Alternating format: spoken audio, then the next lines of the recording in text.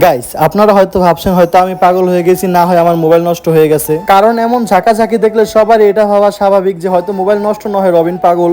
আসলে না ভাই, আমার মোবাইলও নষ্ট হয় না আর আমিও পাগল হই না। এই রাস্তার অবস্থায় খারাপ, যার কারণে এমন ঝাঁকাঝাঁকি হচ্ছে। তো তালতলা যাওয়ার পথে এই রোডটা পরে, আর এই রোডটার মেরামতের কাজ চলতেছিল, যার কারণে এমন ঝাঁকানি ঝুঁকানি খেয়ে তালতলা যেতে হচ্ছে। আর এই তো ঝাঁকানি ঝুঁকানি খেয়ে আমি তালতলাও চলে আসলাম। আর আজকে আমাদের তালতলা আসার কারণ হচ্ছে আমাদের এই মহাদয়ের জন্য স্কুলের ড্রেস কিনতে হবে। আর আমাদের এই মহাদয় এতই ব্রিলিয়েন্ট যে বছরের শেষ সময় এসে তার জন্য স্কুলের ড্রেস কিনতে হচ্ছে। তো বছরও তো প্রায় শেষ, তাই আর স্কুলের ড্রেস বানানোর ঝামেলা নেই না, একদম রেডিমেড কিনে ফেলবো আজকে স্কুলের ড্রেস। তো আমাদের পরিচিত একটা দোকান থেকে স্কুলের ড্রেসটা নিয়ে নিলাম আর স্কুলের ড্রেস নিয়ে চলে আসতেছিলাম বাড়ির উদ্দেশ্যে। তো তালতলা থেকে একটা অটো নিয়ে নিলাম আর অটোর মধ্যে ওঠার পরে এখানে কোনো ঝাঁকানি ঝুঁকানি ছিল না, কারণ এই রাস্তাটা একদমই ফ্রেশ ছিল।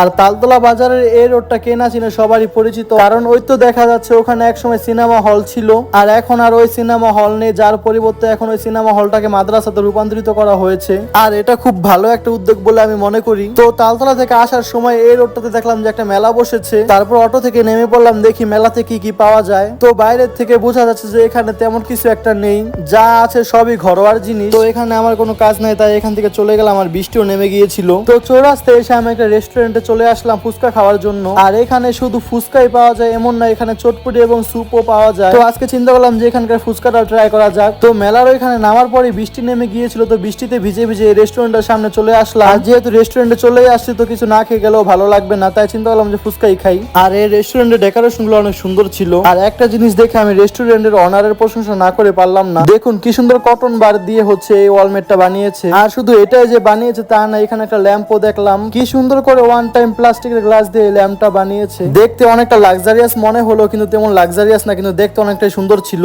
মানে ফ্রেন্ডলি বাজেটের মধ্যে খুব ভালো ডেকোরেশনই করেছে। তো এইদিকে আমাদের ফুচকাও চলে আসলো, তো আমি ফুচকা আসার পরে খাওয়া শুরু করে দিলাম। আর এই ফুচকার প্লেটটা মাত্র 60 টাকা ছিল। আর আমার কাছে মনে হলো যে এই ফুচকাগুলো টাকা উসুল করার মতো ফুচকা।